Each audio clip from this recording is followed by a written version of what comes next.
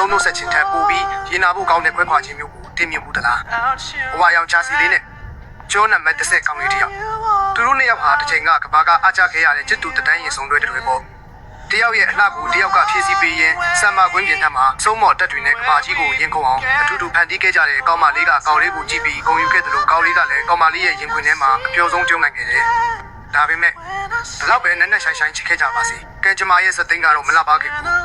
ထန်နိုင်မဲ့တဲ့တရားတွေနာကျင်စရာဝေဖန်မှုတွေနဲ့မျက်ရည်တွေကြားထဲမှာကောင်လေးဟာသူ့အသက်ထက်ချရတဲ့ကောင်မလေးကိုလက်လွတ်ဖို့ချိန်တန်းပြီးဆိုတာသိလိုက်ရတဲ့အခါဒါဟာ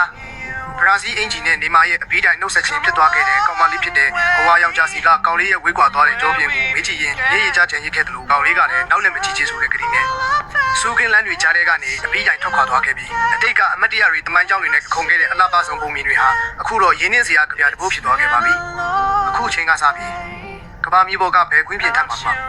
ဆမ်ဘာရဲ့ညမော်ဆရာနဲ့အဝါယောင်ချာစီကိုအတူတူတွဲပြီးဘယ်တော့မှမြင်တွေ့ရတော့မှာမဟုတ်ပါဘူးဒါဟာစုံနိုင်ခွင့်မရှိတော့တဲ့အပီးတိုင်လမ်းခွဲခြင်းပါပဲနှုတ်ဆက်ပါတယ်ဒီမှာနှုတ်ဆက်ပါတယ်စစ်တူနှစ်ဦးရဲ့